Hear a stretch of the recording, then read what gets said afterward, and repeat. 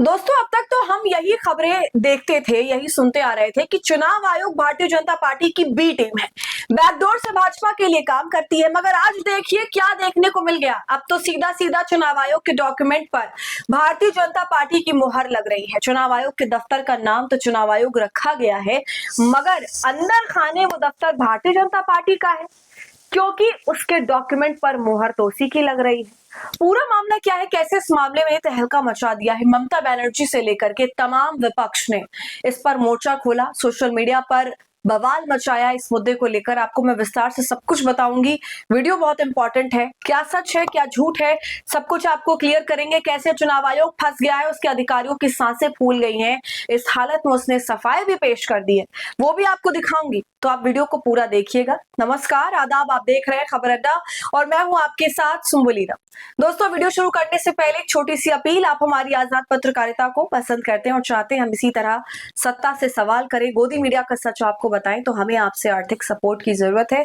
आप स्क्रीन पर दिए क्यूआर कोड या फिर यूपीआई आईडी के जरिए हमारी मदद कर सकते हैं। लेटर पर लिखा है इलेक्शन कमीशन ऑफ इंडिया, लेकिन मुहर है भारतीय जनता पार्टी की। ये इलेक्शन कमीशन और बीजेपी का नया गठजोड़ देखिए दोस्तों। ये लेटर जब वायरल हुआ तो लोगों ने सवाल पूछना शुरू किए, लेकिन जवाब देने के बजाय सवाल पूछने वालों को ही नोटिस भेज दिया गया। जी हाँ, मामला केरल विधानसभा चुनाव से ठीक पहले का है। 9 अप्रैल का वोटिंग होनी है, लेकिन इससे पहले चुनाव आयोग के Kerala chief election officer CEO ने 21 मार्च 2026 को सभी राजनीतिक पार्टियों, डिस्ट्रिक्ट इलेक्शन ऑफिसर्स और रिटर्निंग ऑफिसर्स को एक ईमेल लेटर भेजा। 19 मार्च 2019 का एक पुराना डॉक्यूमेंट अटैच किया गया। इसमें समस्या डॉक्यूमेंट पुराना होने से नहीं, बल्कि उस पर लगी मुहर से थी। लेटर के साथ अटैच्ड एफिडेविट पर चुनाव आयोग की सील की जगह केरल बीजेपी यूनिट की मुहर लगी हुई दिखाई दे रही है। इसमें लिखा है दोस्तों, देखिए, भारतीय जनता पार्टी केरल। ईमेल भी किसी प्राइवेट एड्रेस से भेजा गया है, आधिकारिक ईसीआई एड्रेस से नहीं था। जब लेटर पार्टियों तक पहुंचा तो उन्होंने इसके खिलाफ आवाज उठाई। केरल में तमाम न्यूज चैनल्स ने खबरें चलाई, सोशल मीडिया पर लोग सवाल पूछने लगे। अब इस पूरे मामले पर तमाम पार्टियां क्या कह रही हैं दोस्तों, सबसे पहले आप वो जानिए, फिर चुनाव आयोग ने इस पर क्या सफाई पेश करी है उसकी चर्चा करेंगे।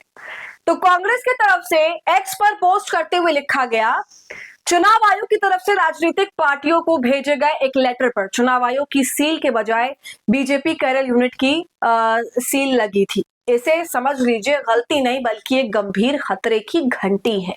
बीजेपी का निशान लगी एक संवैधानिक संस्था उसके निष्पक्षता और भरोसे पर गंभीर सवाल उठाती है। ये हमारे संस्थानों की आजादी के बारे में क्या कहता है, सवाल जिनके जवाब चाहिए। इलेक्शन कमीशन बीजेपी के पिट्टू जैसा बर्ताव क्यों कर रहा है? इसी के ऑफिशियल कम्युनिकेशन पर किसी पॉलिटिकल पार्टी की सील कैसे आ गई? कौन जिम्मेदार है? क्या इलेक्शन कमीशन भारत के लोगों को यह समझा सकता है? जब डेमोक्रेसी को बचाने के लिए बड़ी संस्थाएं कमजोर दिखें तो चुप रहना कोई ऑप्शन नहीं है। भारत को ट्रांसपेरेंसी का अधिकार है, भारत जवाब का भी अधिकारी है। सुना आपने दोस्तों। इस मामले पर अब देखिए सुप्रिया सुनेत भी कुछ कह रही हैं, सुनिए उनको। लोकतंत्र को बचाने और उसकी रक्षा करने वाले लोग ही दिन दहाड़े लोकतंत्र की हत्या कर रहे हैं और उसे दफना रहे हैं। ईसीआई की तरफ से राजनीतिक पार्टियों को भेजे गए एक लेटर में ईसीआई की सील की जगह बीजेपी केरल यूनिट की सील लगी थी। इसके अलावा भी कई लोग लगातार इस लेटर को पोस्ट करके सवाल पूछ रहे हैं दोस्तों।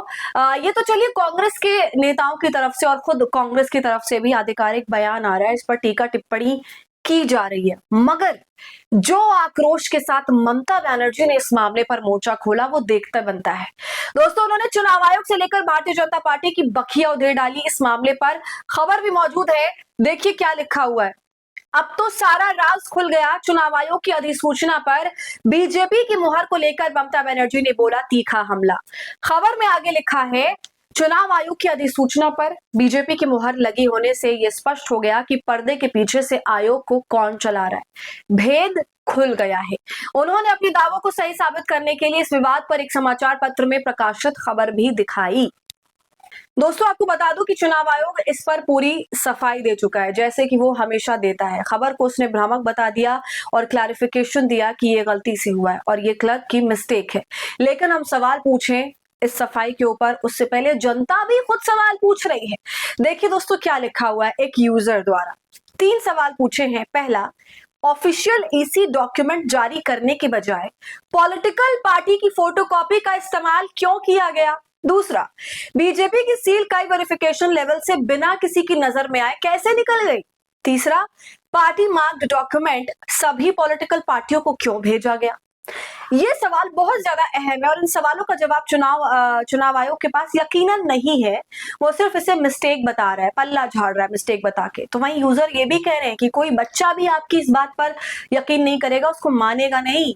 आपने लोकतंत्र को अपने घटिया फायदों के चलते बेच दिया। ममता बनर्जी भी चुनाव आयोग की सफाई को सरासर खारिज कर रही है दोस्तों। इसके अलावा महुआ मोइत्रा ने भी चुनाव आयोग से सवाल किया इस मामले के ऊपर। ज्ञानेश कुमार को कहा कि इस पर अब आप क्या जवाब दोगे।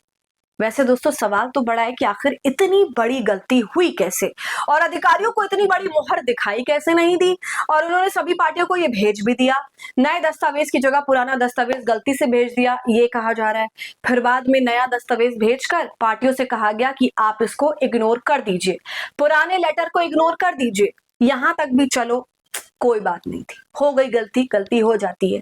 लेकिन डैमेज कंट्रोल के लिए और चुनाव आयोग से सवाल ना पूछे जाए इसके लिए जिन भी लोगों ने दोस्तों पोस्ट किया ना, उनको बाकायदा केरल पुलिस ने नोटिस भेज दिया कि पोस्ट को भाई डिलीट करो। वजह बताई कि इससे चुनाव आयोग को बदनाम किया जा रहा है। चुनाव आयोग ऐसी संस्था है जिसे बदनाम नहीं किया जा सकता। वाह भाई वाह, स्वतंत्र संस्था है वो, इस वजह से इस पोस्ट को आप डिलीट कर दीजिए।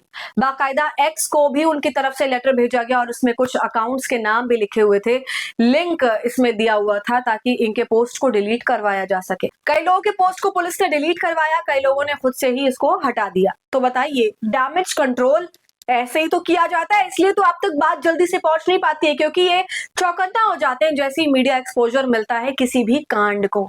तो अब क्या ये समझा जाए कि चुनाव आयोग वाकई भारतीय जनता पार्टी की बी टीम है और बैकडोर से सारा काम संभाल रही है।